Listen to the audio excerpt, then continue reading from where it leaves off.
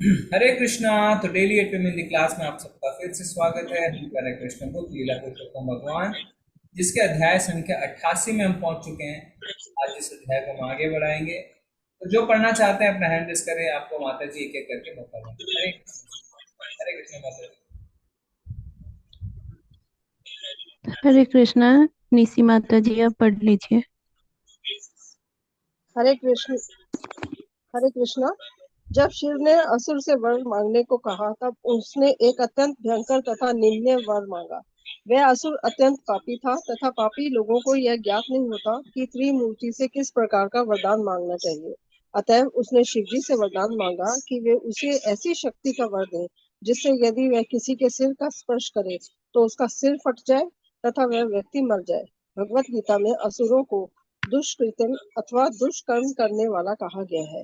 प्रति का अर्थ है अत्यंत योग्य, किंतु जब उसमें दुष उपसर्ग लगता है तब इसका अर्थ निंदनीय हो जाता है। श्री भगवान की शरण में आने के रूप में ऐसे असुर घातक अस्त्रों की खोज नहीं, करते हैं। श्री भगवान। आने के स्थान पर हरे कृष्ण। अरे ओके, श्री भगवान की शरण में आने के स्थान पर दुष्कृत्य निंदनीय भौतिक सुविधाओं को प्राप्त करने के लिए विभिन्न देवताओं की उपासना करते हैं। कभी कभी भौतिक वैज्ञानिकों के रूप में ऐसे असुर घातक अस्त्रों की खोज करते हैं। वे अपनी शक्ति का प्रदर्शन मानव की मृत्यु से रक्षा करने वाली किसी वस्तु की खोज के द्वारा नहीं कर सकते हैं। उसके स्थान पर वे ऐसे अस्त्रों की खोज करते हैं जो मृत्यु की प्रक्रिया की गति को तीव्र कर देते हैं। शिवजी कोई भी वरदान देने में सक्षम है। वह असुर उनसे मानव समाज के लिए हितकारी कोई भी वस्तु मांग सकता था, किंतु अपने व्यक्तिगत स्वार्थ के लिए उसने यह मांगा कि जिस किसी के सिर पर भी उसके हाथ का स्पर्श हो उसकी तत्काल मृत्यु हो जाए। जी, हरे कृष्णा। धन्यवाद। तो कौन से असुर की बात हो रही है यहाँ पे? कौन से असुर की बात हो रही है? हरे कृष्णा, वो देवता की बात हो रही है। हाँ। भस्मासुर प्रभु जी। भस्मासुर प्रभु। इसको भस्मासुर भी बाद में नाम मिला था ना शायद। हमने कौन सा असुर का नाम पढ़ा किताब में? वृकासुर। वृकासुर। हाँ, तो वृकासुर। ठीक है, अभी हम अपने डिस्कशन को वृकासुर तक रखते हैं। तो वृकासुर शिव जी को प्रसन्न करके क्या वरदान चाहते थे कि मैं जिसके सिर पर हाथ रखूं वो भस्म हो जाए। ठीक है, उसका सर फट जाए और व्यक्ति मर जाए। तो प्रभुपाद जी समझा रहे हैं कि जो लोग देवी देवता को प्रसन्न करके ऐसे वरदान मांगने की कोशिश करते हैं वो कौन है? दुष्कृतिनो। दुष्कृतिनो मूढ़ा प्रपद्यन्ते नराधमा। तो जब भगवान बताते हैं कि 4 प्रकार के व्यक्ति मेरे पास आते हैं, 4 प्रकार के व्यक्ति मेरे पास नहीं आते हैं, तो उसमें बताते हैं दुष्कृतिनो। दुष्कृतिनो का मतलब क्या होता है? कृति का अर्थ होता है अत्यंत योग्य, और दुष्ट का अर्थ होता है उसमें दुष् उपसर्ग लगता है तब उसका मतलब हो जाता है निंदनीय। यानी दुर्भाग्यशाली लोग जो भगवान की शरण ग्रहण नहीं करते। तो प्रभुपाद जी यहाँ पे ऐसे लोगों की तुलना किससे कर रहे हैं? भौतिक वैज्ञानिकों से। तो आज जो हमारे सो कॉल्ड साइंटिस्ट हैं, जो सिर्फ और सिर्फ मटीरियल चीजों के एडवांसमेंट में लगे हैं, उनको क्या कह रहे हैं? कभी कभी भौतिक वैज्ञानिक के रूप में ऐसे असुर घातक अस्त्रों की खोज करते हैं। न्यूक्लियर बॉम्ब सबसे क्लासिक एग्जाम्पल है। घातक हथियार की खोज में क्या किया? वास्तव में इन वैज्ञानिकों ने अपना आसुरी चेहरा प्रकट किया। दुष्ट इतने वो ऐसा कर सकते थे ना, ऐसे स्थान पर उसे अस्त्रों की खोज करते हैं जो मृत्यु के प्रक्रिया की गति को तीव्र कर देते हैं। जब नैमिषारण्य में ऋषि मुनि इकट्ठे हुए, शौनक आदि ऋषि, तो उन्होंने सूत गोस्वामी से जो प्रश्न किए उसमें एक प्रश्न क्या था? प्रश्न था कि कैसे मानव समाज का कल्याण हो सकता है। प्रश्न ये नहीं था कि कैसे हम सबसे घातक हथियार बना सकते। ये फर्क है सुकृतिनो और दुष्कृतिनो। सुकृतिनो जो है वो समाज का कल्याण चाहता है। दुष्कृतिनो अपने व्यक्तिगत स्वार्थ के लिए कार्य करता है। तो ऋषिगण, शौनक आदि ऋषि पूछते हैं कि मानवता का चरम कल्याण कैसे हो सकता है। और यहाँ पे बृकासुर क्या कहता है कि मुझे ऐसी शक्ति दे दो जिसके सिर पे मैं हाथ रखूं उसका सर फट जाए। तो ये प्रवृत्ति होती है असुरों की। वो अपने व्यक्तिगत स्वार्थ के लिए चीजों को मांगते हैं और दूसरों को नुकसान पहुंचाना चाहते हैं। तमोगुण का भी लक्षण है।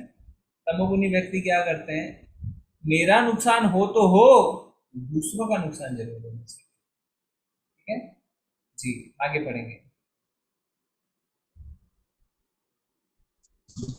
हरे कृष्णा। वैष्णवी माता जी पढ़िए। हरे कृष्णा माता जी। हरे कृष्णा वैष्णवी प्रभु माता जी। जी। हाँ, हरे कृष्णा प्रभु जी, हरे कृष्णा माता जी। माता जी कहाँ से था, थोड़ा इंडिकेट कर दीजिए। ये देखिए हाईलाइट किया स्क्रीन पे, स्क्रीन पे हाईलाइट किया। जी प्रभु जी। शिव जी असुर, जी जी प्रभु जी समझ गए। शिव जी असुर के उद्देश्य को समझ सकते थे तथा उन्हें अत्यंत खेद था कि उन्होंने असुर को उसका अभिषिक्त वरदान देने का आश्वासन दिया था। वे अपने वचन को वापस नहीं ले सकते थे, किंतु उन्हें अपने हृदय में इस बात का अत्यंत दुख था कि वे मानव समाज के लिए इतना कष्टमय वरदान उसे देने वाले हैं। असुरों को दुष्कृतिम तथा दुष्कर्मी इसलिए कहा गया है क्योंकि यद्यपि उनके पास बुद्धि बल तथा योग्यता होती है, तथापि वे अपना बुद्धि बल तथा योग्यता निंदनीय कार्यों के लिए प्रयोग करते हैं। उदाहरण के लिए कभी कभी भौतिकवादी असुर किसी घातक अस्त्र की खोज करते हैं। ऐसी खोज के लिए आवश्यक वैज्ञानिक शोध कार्य करने हेतु निश्चित ही अच्छे मस्तिष्क की आवश्यकता होती है, किंतु मानव समाज के लिए उपयोगी किसी वस्तु की खोज करने के स्थान पर वे ऐसी वस्तु का खोज करते हैं जिससे कि प्रत्येक मानव के लिए पहले से ही अवश्यंभावी मृत्यु की गति में तीव्रता आ जाती है। इसी भांति वृकासुर ने शिव जी से मानव समाज के लिए किसी लाभदायक वस्तु की मांग न करके मानव समाज के लिए अत्यंत कष्टप्रद वस्तु की मांग की। अतएव शिव जी को अत्यंत खेद का अनुभव हुआ, किंतु भगवान के भक्त भगवान श्री विष्णु अथवा भगवान श्री कृष्ण से कभी कोई वरदान नहीं मांगते हैं। यदि वे श्री भगवान से कुछ मांगते भी हैं तो वह मानव समाज के लिए तनिक भी हानिकारक नहीं होता। असुरों तथा भक्तों में अथवा शिव जी के उपासकों तथा भगवान श्री विष्णु के उपासकों में यही भेद है। जी, हरे कृष्ण प्रभु जी। हरे कृष्ण। तो भगवान को, शिव भगवान को उन्होंने प्रसन्न तो कर दिया, पर वरदान अब ऐसा मांग लिया कि शिव जी को खुद खेद होने लगा कि मैंने क्यों इसे वचन दिया कि जो मांगोगे मैं तुम्हें दूंगा। शिव जी प्रकट हुए, उपासना तो करी उसने, तपस्या करी, इसके लिए प्रकट हुए, खुश हुए, है ना। खुश नहीं हुए, वास्तव में वो चाह रहे थे कि वो सुसाइड नहीं करे, क्योंकि अपना सर काट के चढ़ाने वाला था। पर अब खेत से भर गए शिव जी। और साथ ही साथ क्योंकि उन्होंने वचन दिया था तो वचन को वापस नहीं ले सकते। तो यही बताया जा रहा है दोबारा कि जो ऐसे लोग होते हैं वो कभी भी मानव समाज के कल्याण के लिए कुछ नहीं मांगते, तो दूसरों को नुकसान पहुंचाने के लिए। परंतु साथ ही साथ क्या बता रहे हैं कि जो भगवान श्री विष्णु श्री कृष्ण के भक्त होते हैं वो कभी ऐसा कुछ मांग ही नहीं सकते। अगर वो मांगते भी हैं तो वो क्या करते हैं, दूसरों के कल्याण के लिए मांगते हैं। क्योंकि श्री विष्णु और श्री कृष्ण की जो भक्ति होती है किस मनोभाव से होती है, विनादपि सुनीचेना तरोरपि सहिष्णु अमानी न मान देना कीर्तनया सदा। खुद को सड़क पे पड़े हुए तिनके से भी तुच्छ समझना और पेड़ से ज्यादा सहनशील होना। विनादपि सुनीचेना तरोरपि सहिष्णु अमानी न मान देना, दूसरों को हमेशा मान देना पर अपने मान की आशा ना रखना। कीर्तन या सदा हरि, जब इस मनोभाव में हम होते हैं तब हम सदा हरि का कीर्तन कर सकते हैं, अन्यथा नहीं। और सदा हरि का कीर्तन करके भक्ति करके ही तो भगवान को पसंद कर सकते हैं। तो कैसे उस भक्त का मनोभाव हो सकता है कि भगवान आप मुझे ऐसा वरदान दो कि मैं जिसके सिर पे हाथ रखूं मारूंगा उसका सर फट जाएगा। सोच भी नहीं सकता। वो खुद को सड़क पे पड़े हुए तिनके से छोटा मान रहा है और वो क्यों चाहेगा कि मैं किसी के सिर पे हाथ रखूं, उसे नुकसान हो। वैष्णव का ऐसा मनोभाव होता ही नहीं। तो प्रभुपाद ये लिख रहे हैं कि यही फर्क होता है भगवान के भक्तों में और देवी देवताओं के उपासकों में। ठीक है, आगे बढ़ेंगे।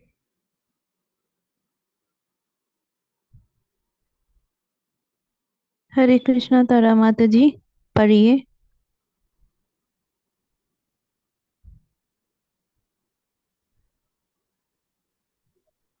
जब श्री सुखदेव गोस्वामी वृकासुर का इतिहास बता रहे थे तब उन्होंने महाराज परीक्षित को भारत कहकर संबोधित किया। इससे राजा परीक्षित के द्वारा भक्तों के परिवार में जन्म लेने का संकेत मिलता है। माता के गर्भ में रहते समय राजा परीक्षित की रक्षा भगवान श्री कृष्ण ने की थी। इसी भांति वे ब्राह्मण के शाप से अपनी रक्षा करने के लिए भी वे भगवान श्री कृष्ण से कह सकते थे, किंतु उन्होंने ऐसा नहीं किया। किंतु यह असुर अपने हाथ के स्पर्श से सबका वध करके अमर बनना चाहता था। शिवजी इस तथ्य को समझ सकते थे, किंतु उन्होंने वचन दिया था, अतएव उन्होंने उसको वरदान दे दिया। जी किंतु अत्यंत जी जी जी। हाँ, हरे कृष्ण प्रभु जी। हरे कृष्ण, थैंक यू माता जी। परीक्षित महाराज जब गर्भ में थे तो साक्षात भगवान ने गर्भ में प्रवेश करके उनकी रक्षा करी थी। तो यहाँ पे जब उनको ब्राह्मण ने शाप दिया कि आप 7 दिन में आपकी मृत्यु होने वाली है, तो वो भगवान से सीधे प्रार्थना कर सकते थे, पर क्या लिखा हुआ उन्होंने ऐसा नहीं किया। क्यों? क्योंकि भक्त भगवान से कोई सेवा नहीं लेना चाहते, तो भगवान की सेवा करना चाहते, कुछ भी नहीं लेना चाहते, कष्ट होता है, मैं भगवान की सेवा। तो इसीलिए वो स्वीकार करते हैं चीजों को, भक्त चीजों को स्वीकार करते हैं। भगवत गीता में भगवान कहते हैं सहन करो, ऐसा नहीं लिखते हैं ऐसा करो तो दुख नहीं आएंगे, सहन करो, भक्त सहन करते हैं। बहुत बड़ा फर्क है। कर्मकांड में क्या होता है, ऐसा करो ऐसा करो ऐसा करो ऐसा करो तो कष्ट नहीं आएंगे, दुख नहीं आएंगे, ये नहीं आएंगे। भगवान कहते हैं सहन करो, कष्ट आएंगे सहन करो।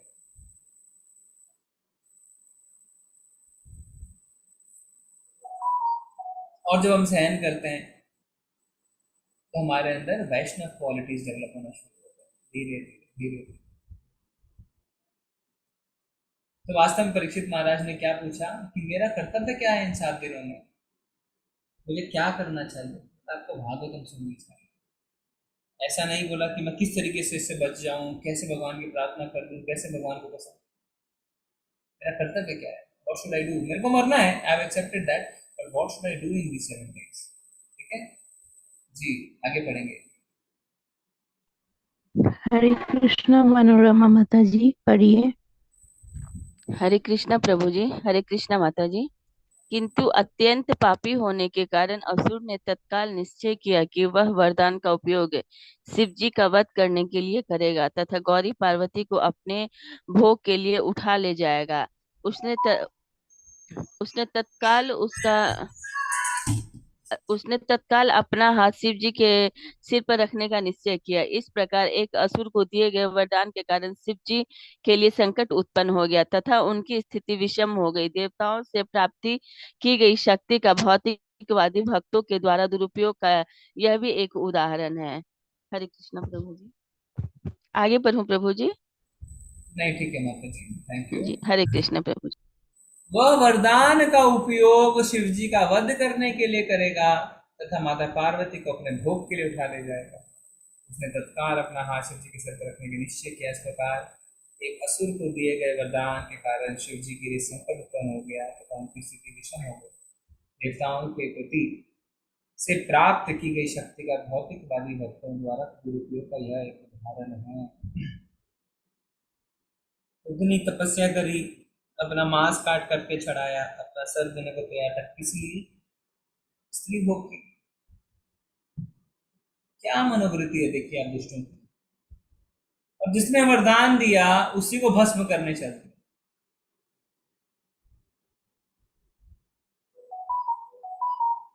भगवान श्री कृष्ण जब किसी को भक्ति प्रदान करते हैं उसके सेवक बन जाते हैं। इतना मधुर संबंध है भक्त और भगवान के बीच। यहाँ पे आपके उपासक के द्वारा आपको एक वरदान मिला और आप उसी को भस्म करने चले। क्यों? क्योंकि उसकी पत्नी का भोग करना चाहते हैं। तो जो हम कर्मकांड में फंसते हैं, चीजों को सकाम कर्म से देखते हैं, फल की इच्छा से देखते हैं, हम भी इसी लाइन में बढ़ते हैं आगे, क्योंकि हमारे अंदर खुद की इंद्र तृप्ति की इच्छा इतनी तीव्र होती है, खुद के दुखों से उभरने की इच्छा इतनी तीव्र होती है कि बस वही हमें दिखता, कुछ भी नहीं दिखता, है ना। इसीलिए कर्मकांड करते हैं, धीरे धीरे तंत्र विद्या में घुस जाते हैं लोग, ये कर लो वो कर लो, है ना, इसको नुकसान पहुंचा के इसको नुकसान। क्यों? क्योंकि सिर्फ और सिर्फ अपने दुखों से निजात चाहिए, अपने को फल प्राप्त करने की इच्छा है, दूसरों का क्या नुकसान हो रहा है उससे अपने कोई लिमिट नहीं। और भगवान की भक्ति बिल्कुल उल्टी है।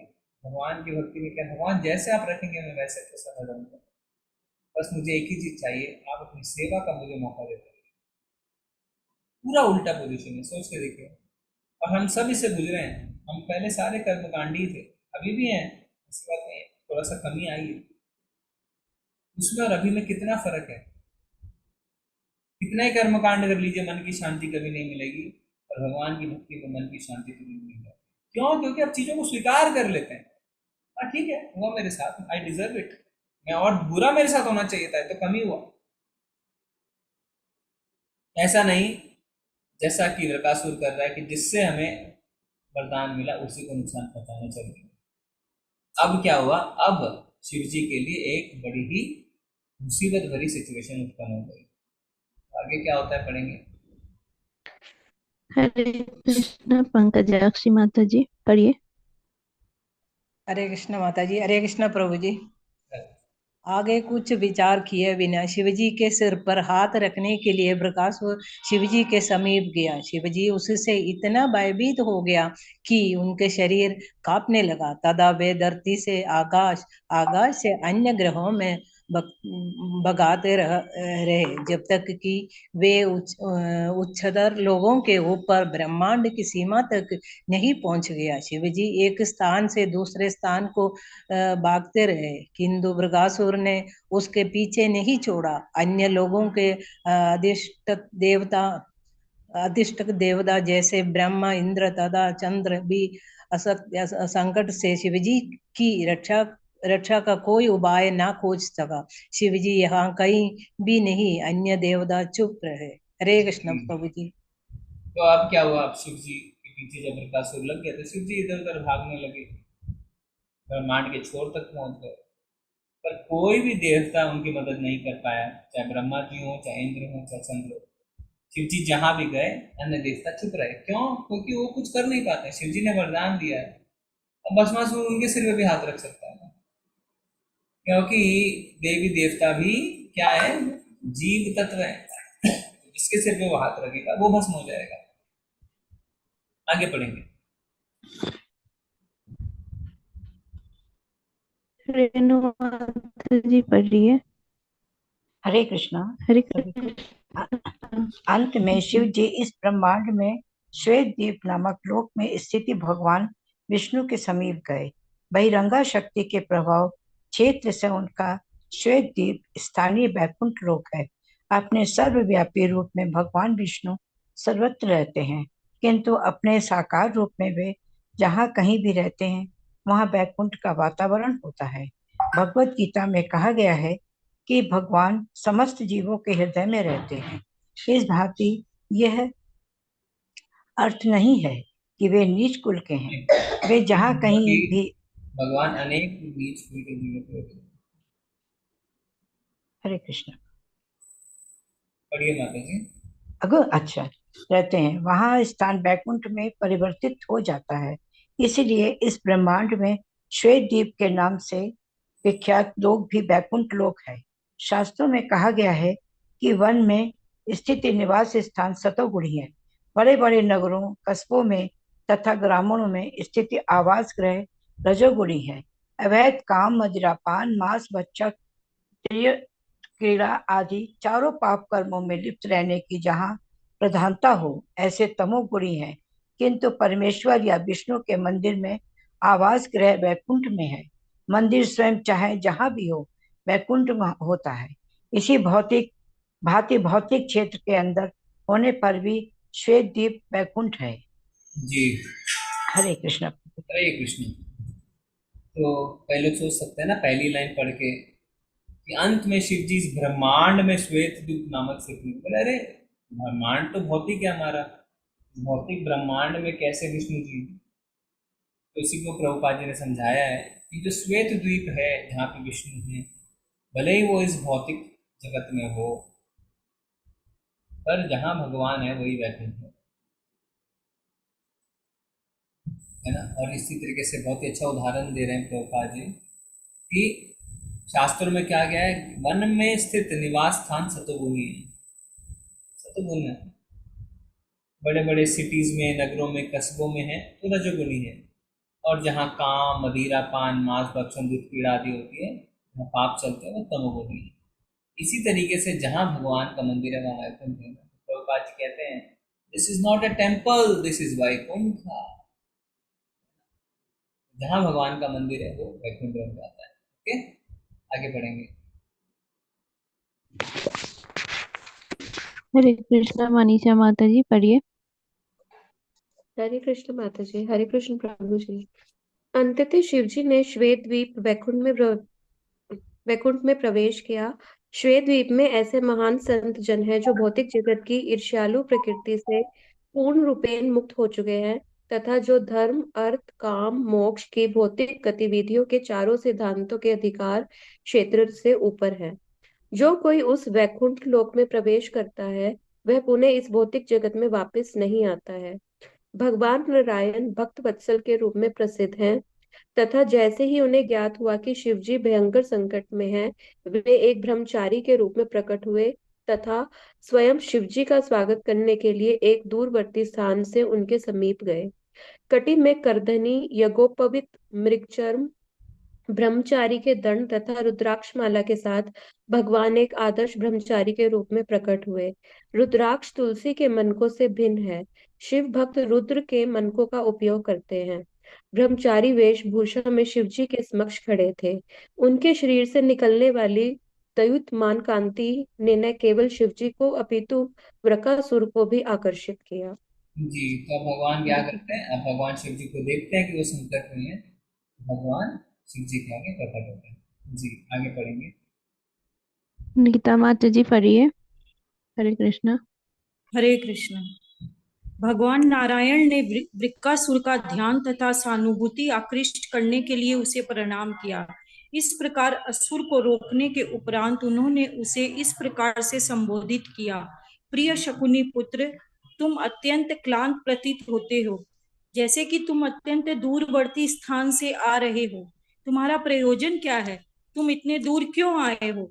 मैं देख रहा हूं कि तुम अत्यंत क्लांत तथा थके हुए हो, अतएव मेरा तुमसे निवेदन है कि तुम विश्राम कर लो। तुम्हें अपने शरीर को अनावश्यक रूप से क्लांत नहीं करना चाहिए।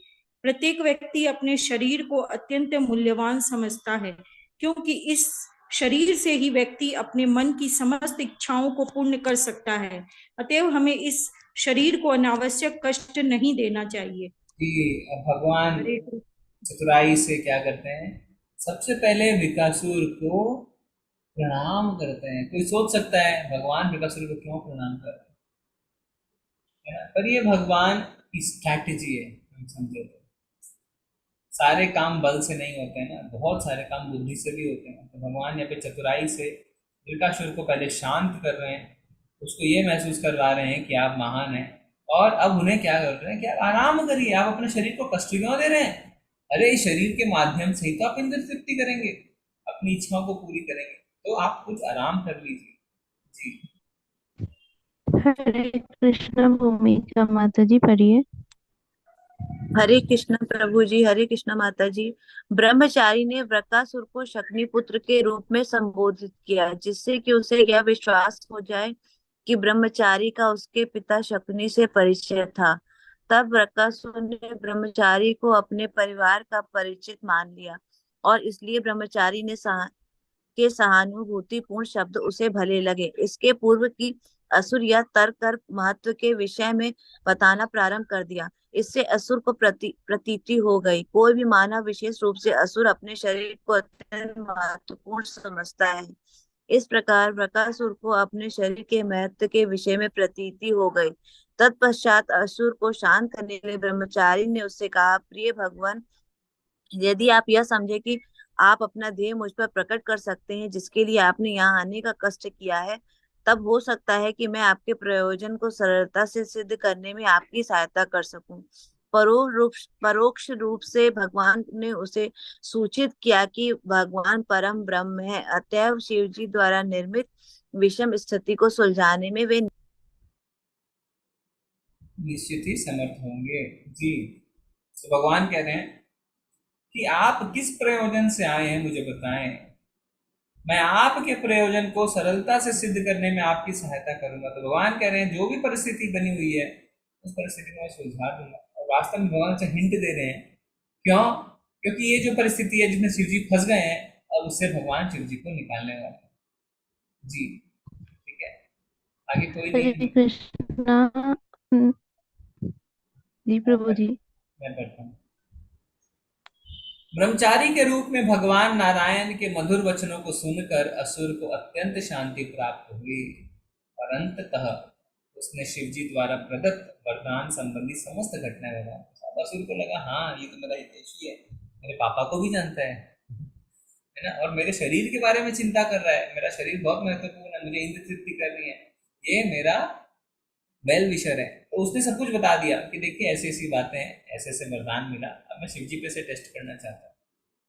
भगवान ने असुर को उत्तर दिया, क्या भगवान कह रहे हैं, मुझे इस बात का विश्वास नहीं होता कि वास्तव में शिवजी ने तुम्हें ऐसा वरदान दिया है। जहां तक मुझे ज्ञात है शिवजी की मानसिक दशा ठीक नहीं है। उन्होंने अपने ससुर दक्ष से झगड़ा किया था तथा उन्हें पिशाच बनने का शाप मिला है। इस प्रकार वे भूत पिशाचों के नायक बन रहे हैं। अतएव उनके शब्दों में मुझे कोई विश्वास नहीं है, किंतु यदि तुम्हें अभी भी शिव जी के शब्दों में विश्वास है तब तुम अपने सिर पर हाथ रखकर प्रयोग करके क्यों नहीं देख लेते। देखिए भगवान की चतुराई। भगवान कह रहे हैं शिव जी ने वरदान दिया है। अरे शिव जी ने तो अपने फादर इन लॉ ससुर से झगड़ा किया और उन्हें पिशाच बनने का शाप मिला है, इसीलिए अभी वो क्या है, भूत पिशाचों के नायक बन गए, हीरो ऑफ भूत एंड पिशाच। तो मुझे कोई विश्वास नहीं है, ये आपको खोखला मिला है, ये कुछ नहीं है। अगर आपको इच्छा है तो आप अपने सिर पे हाथ रख के टेस्ट करके देख लीजिए, आपको खुद ही पता चल जाएगा कि जो आपको वरदान मिला है वो खोखला वरदान है। यदि वरदान असत्य सिद्ध होता है तब तुम तत्काल मिथ्यावादी शिव जी का वध कर सकते हो, जिससे कि भविष्य में उन्हें मिथ्या वरदान देने की है ना कोई साहस नहीं। तो ये झूठा अगर है, अगर आप भस्म नहीं हो तो तुरंत आप मार देना शिव जी को, क्यों? जिससे भविष्य में वो झूठा वरदान किसी को भी ना दे। ठीक है जी, आगे बढ़ेंगे। अनुराग प्रभु पढ़िए। हरे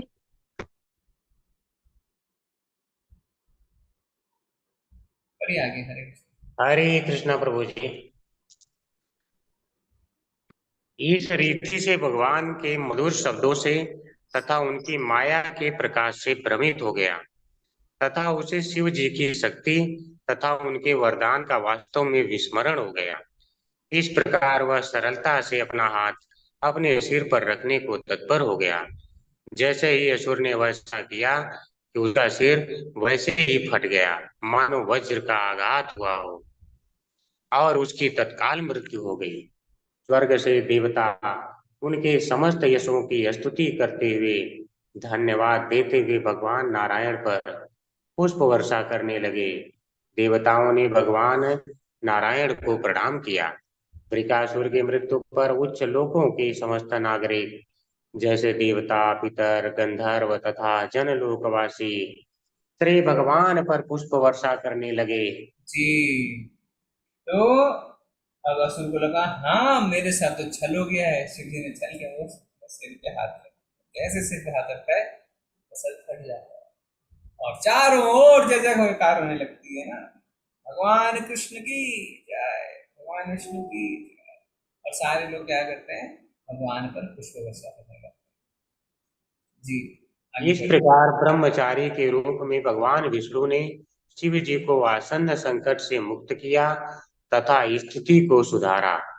तत्पश्चात भगवान नारायण ने शिव जी को सूचित किया कि अपने पाप कर्मों के फलस्वरूप वृकासुर की मृत्यु हुई। वह अपने ही स्वामी शिव जी के ऊपर प्रयोग करना चाहता था, इसलिए वह विशेष रूप से पापी तथा बुरा था। तत्पश्चात भगवान नारायण ने शिव जी से कहा, प्रिय भगवान, महाजनों के प्रति अपराध करने वाले का अस्तित्व समाप्त हो जाता है। वह अपने ही पाप कर्मों द्वारा विनष्ट हो जाता है तथा यह तथ्य इस असुर के विषय में निश्चित रूप से सत्य है, जिसने आपके विरुद्ध इतना बड़ा अपराध किया है। जी तो वास्तव में जो पाप करता है वो अपने पाप के बोझ तले ही दब के खत्म हो जाता है। और अधोगति यानी वो कहाँ निचले स्तर पे गिरता है, कितने लोअर प्लैनेट्स में गिरता है, कि उसके लिए वहां से ऊपर जाना बहुत मुश्किल है। ठीक है, आगे कंप्लीट कर लीजिए इसको पढ़ के। इस प्रकार समस्त भौतिक गुणों से भगवान श्री नारायण की कृपा से एक असुर द्वारा वध होने से शिव जी की रक्षा हुई।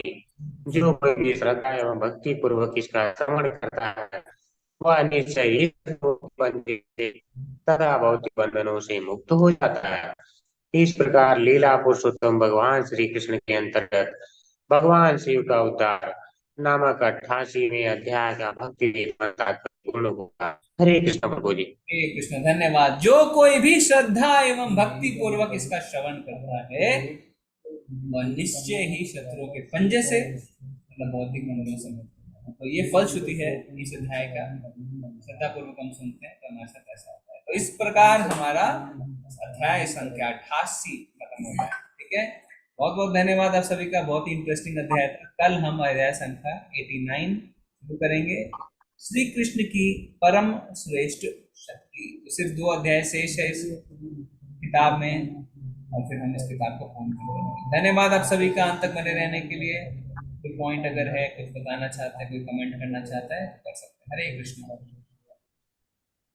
हरे कृष्ण प्रभु जी। प्रभु जी कल ग्रहण के लिए कुछ बताएंगे, कैसे भगवान की उपासना क्या करना है, कैसे? नहीं माता जी, हम तो कंटिन्यू करते हैं, हम ऐसा कुछ ग्रहण वगैरह नहीं मानते हैं। पर घर में आप लोग जो हैं, जो आप लोग नियम मानते हैं वैसा करिए। अब तो भगवान को जिस तरीके से सेवा होती है सेवा जारी रहती है। अच्छा प्रभु जी। हरे कृष्ण प्रभु जी। प्रभु जी मुझे भी पूछना कि जैसे माता जी आवाज लोग नहीं आ रही है, कहते हैं कि अमृत आवाज नहीं आ रही है, आवाज नहीं आ रही है, कट रही हरे है। कृष्ण प्रभु जी। प्रभु जी आ रही है, अब आवाज आ रही है? हाँ बोलिए। हरे कृष्ण प्रभु जी। प्रभु जी जो खीर में चांद की लोग कहते हैं अमृत गिरता है, वो फिर वो ग्रहण में कैसे हो पाएगा पॉसिबल? वो कुछ कर कैसे किया जाता है, कुछ बता पाएंगे? नहीं माता जी, ये कर्म कांड में नहीं पता है। अच्छा जी, ठीक है भगवान को भोग लगाइए, प्रसाद खाइए, है ना। हरे कृष्ण प्रभु जी। अमृत है। ग्रहण रात को है, दिन रात को 1 से 2 बजे के सब सो रहे होंगे, कोई दिक्कत नहीं है। प्रभु जी ये बताइए। प्रभु जी वैसे तो शरद पूर्णिमा का संबंध तो कृष्ण भगवान से ही, उन्होंने उस दिन रास लीला की थी, तो फिर उस दिन कुछ, तो आप लोग क्यों नहीं मानते हो उसको? माता जी हरे कृष्ण कलयुग में क्या जी। बोला गया है, भगवान के नाम का संकीर्तन करना है बस। और क्या है, क्यों हम लोग इतना कर्मकांड से नहीं निकल पाते हैं? अमृत आपको मिल जाएगा, खीर में क्या करेंगे आप? क्या करेंगे?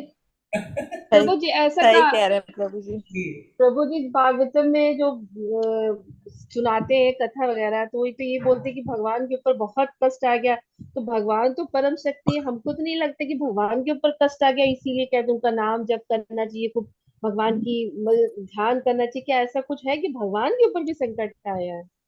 भगवान के ऊपर क्या संकट आ सकता है? भगवान आदि पुरुष सर्व कारण कारणम है, सारे कारणों के कारण है। तो फिर ऐसा क्यों कहा जाता है? नहीं माता जी, ये सब हम कहते हैं ऐसा कहा है, पर वास्तव में अगर आप भागवतम उठा के देखेंगे तो कहीं कुछ ऐसा लिखा नहीं है, ये सुनी सुनाई बात है। ठीक है, तो जो आपको कह रहा है उनसे पूछिए कि कौन से श्लोक में, कौन से अध्याय में, कौन से कैंटो में लिखा है। ठीक है, प्रभु जी, हम लोग तथ्य जानने के लिए ही आपके पास क्लास करते हैं, जानने के लिए।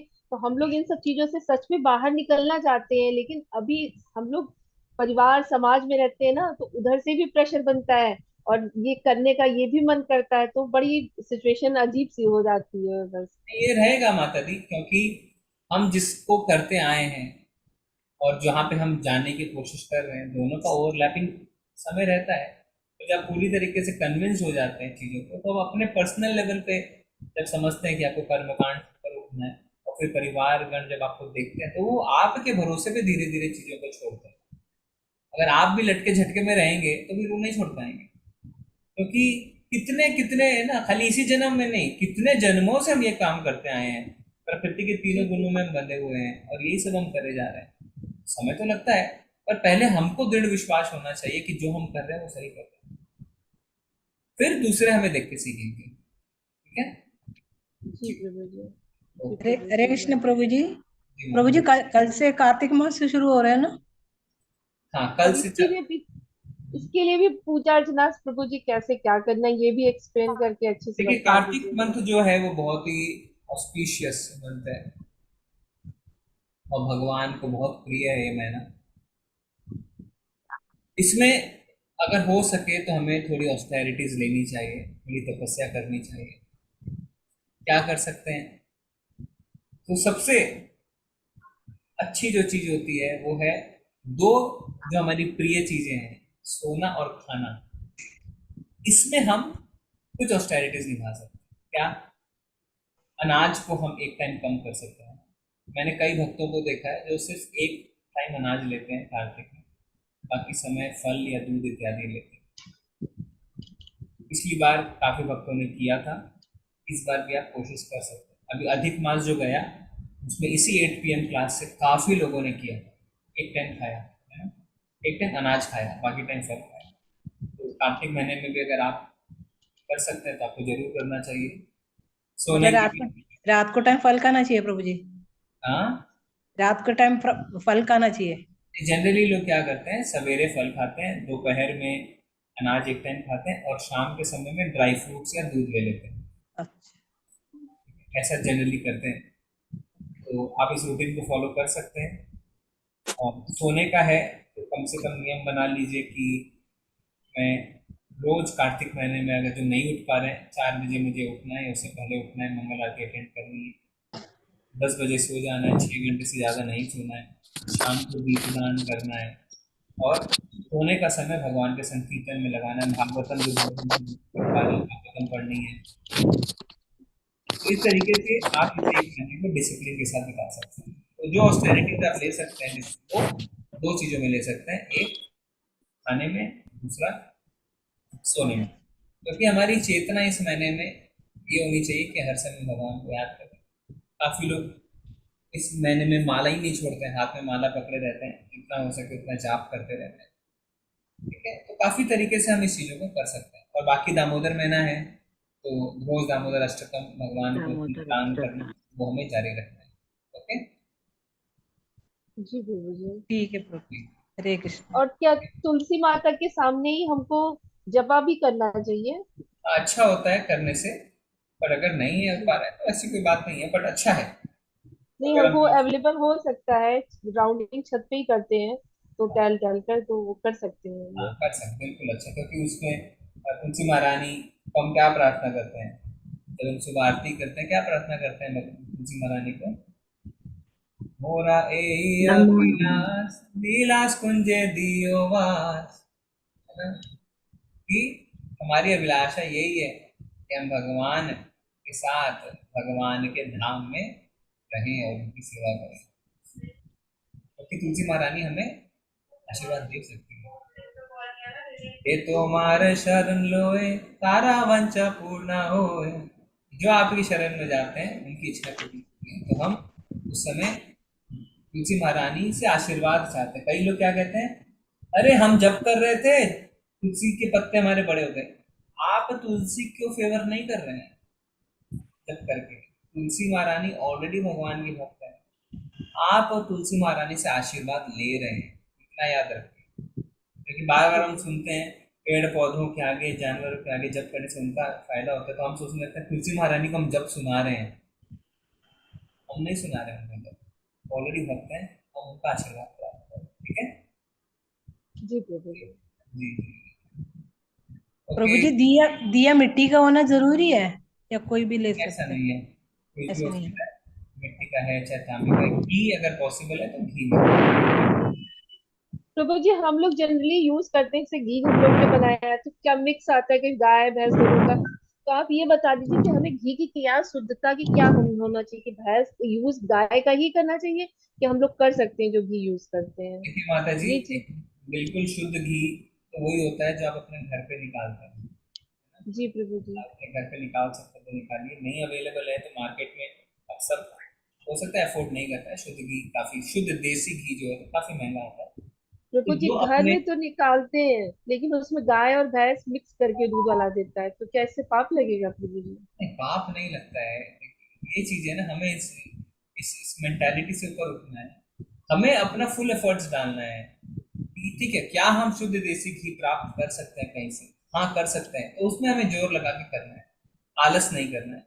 नहीं कर सकते हैं, सामर्थ्य नहीं है, तो इसका अर्थ ये नहीं है कि भगवान क्या कह रहे हैं, पत्रम पुष्पम फलम तो है, पर अपने सामर्थ्य के हिसाब से भी हमें चीजें करनी है। जो कर सकते हैं अफोर्ड, वो आलस के कारण ऐसा ना करें, कौन जाए कौन लाए, भगवान ने तो कहा है ना पत्रम पुष्पम फलम, नहीं, वो गलत है।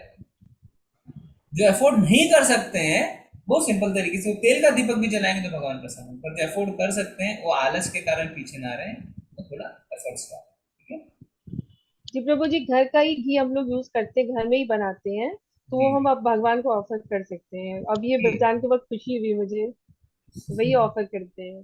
जी, ठीक है ना जी। और सब सीख जाइए दामोदर अष्टकम, 1 महीना आपको करना है, और जी जनरली बहुत ही अच्छी है भगवान की लीला, दामोदर लीला, और दामोदर अष्टकम में भी लिखा हुआ लीला के बारे में। कल से उस मूड में आइए सारे लोग, जी ऑस्टेरिटी जरूर लीजिए, ठीक है, जितना पॉसिबल हो वो करना शुरू करिए। ठीक है जी जी। हरे ठीक कृष्णा प्रभु जी। है जी माता। प्रभु जी, सुबह शाम जलाना चाहिए दिया? सुबह शाम भी करिए, पर शाम को जरूर करिए। अच्छा। जी, और एक टाइम फिक्स कर लीजिए, जैसे 7 बजे करना है, 7:30 करना है, जिस भी टाइम करना है वो फिक्स करिए टाइम, और उसमें दामोदर अष्टकम का पाठ करिए, कीर्तन करिए, भगवान को दीप ऑफर करिए। और दीप ऑफर करने का भी प्रोसेस है, हम आपको सब मैसेज में डालेंगे, है ना? हाँ, वो तो है प्रभु जी। जी जी। 4 2 अगर आपसे 3। पॉसिबल हो तो भगवान का जो दामोदर लीला वाली फोटो है उस फोटो हाँ, वो तो हमारे पास तो है प्रभु जी, बना दिया। और बाकी तो जो धाम में मिलने वाले हैं, अभी हम मायापुर जाएंगे, मायापुर में पॉसिबल होगा तो हम रोज शाम को भगवान को दीप ऑफर करेंगे। तो दिक्कत कहाँ आ जाती है? दिक्कत आती है मायापुर धाम जाके वहाँ के प्रसादम को जब लोग ग्रहण करना चाहते हैं तब सोचते हैं अरे अब क्या करूं, एक समय खाऊं कि 2 समय खाऊं? प्रसादम तो इतना अच्छा है भगवान के धाम का, तो वहां पे सही में दिक्कत आ जाती है माता जी। है ना, जगन्नाथपुरी को जाता है तो भगवान का प्रसाद कैसे छोड़े हम? तब तो दोनों बार खाना पड़ता है ना प्रभु जी। 3 बार। जी जगन्नाथपुरी में तो खाते खाते मतलब मन ही नहीं भरता। जी जी जी जी। हम भी गए थे प्रभु जी। तो अभी मायापुर जाने वाले हाँ। चुपके खाएंगे। जी प्रभु जी अपना खा लेंगे, घर में आके फिर रोक लगा लेंगे। हाँ, देखिए अभी जुगाड़ बैठ गया है, वहां खा लेंगे, वो धाम है, पर घर में आके फिर हम एक टाइम खाएंगे। भगवान माफ कर देंगे प्रभु जी। ठीक है ना? ठीक है, हम चलते हैं फिर आज। धन्यवाद आप सभी का। वांछा कल्पतरुभ्यश्च कृपा सिंधुभ्यश्च पतितानां पावनेभ्यो वैष्णवेभ्यो अनंत कोटि वैष्णव वृंद की जय। प्रभुपाद की हरे कृष्णा। हरे कृष्ण। जी हरे कृष्णा। हरे कृष्ण प्रभु जी।